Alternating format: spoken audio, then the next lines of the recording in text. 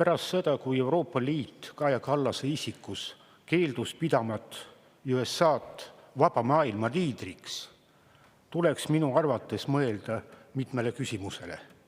Esiteks, milline näeb NATO tulevik, kus seni on USA täitnud juhtivat sõjalist ja rahalist rolli?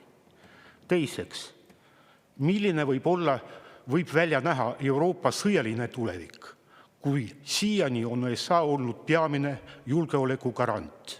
Kolmandaks, kes konkreetselt suudab võtta endale vaba maailma liidri rolli olukorras, kus EL-i riikide vahel ei ole poliitilist üksmeelt?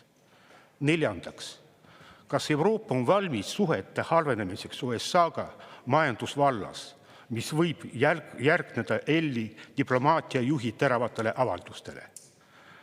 Mulle tundub, et Kallasel ei ole täna nendele küsimustele konkreetseid vastuseid.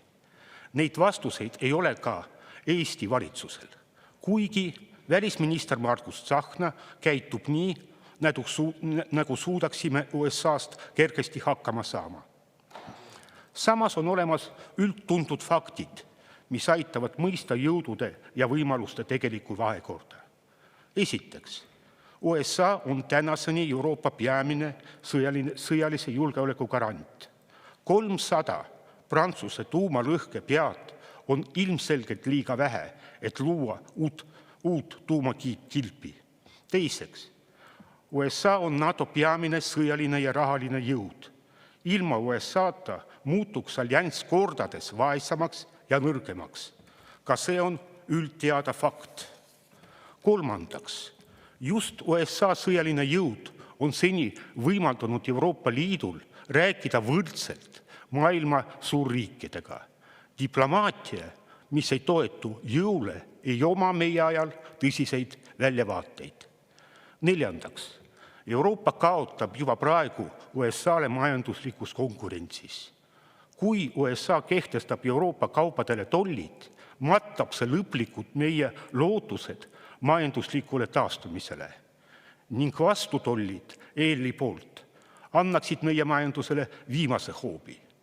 Kokkuvõttes, diplomaatias ja majanduslikus vastasseisus USA-ga on Euroopa ette määratud kaotama.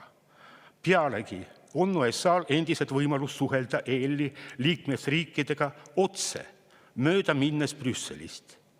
Ja kui see juhtub, võib see tähendada ühtse Euroopa lõpu algust. Järeldus.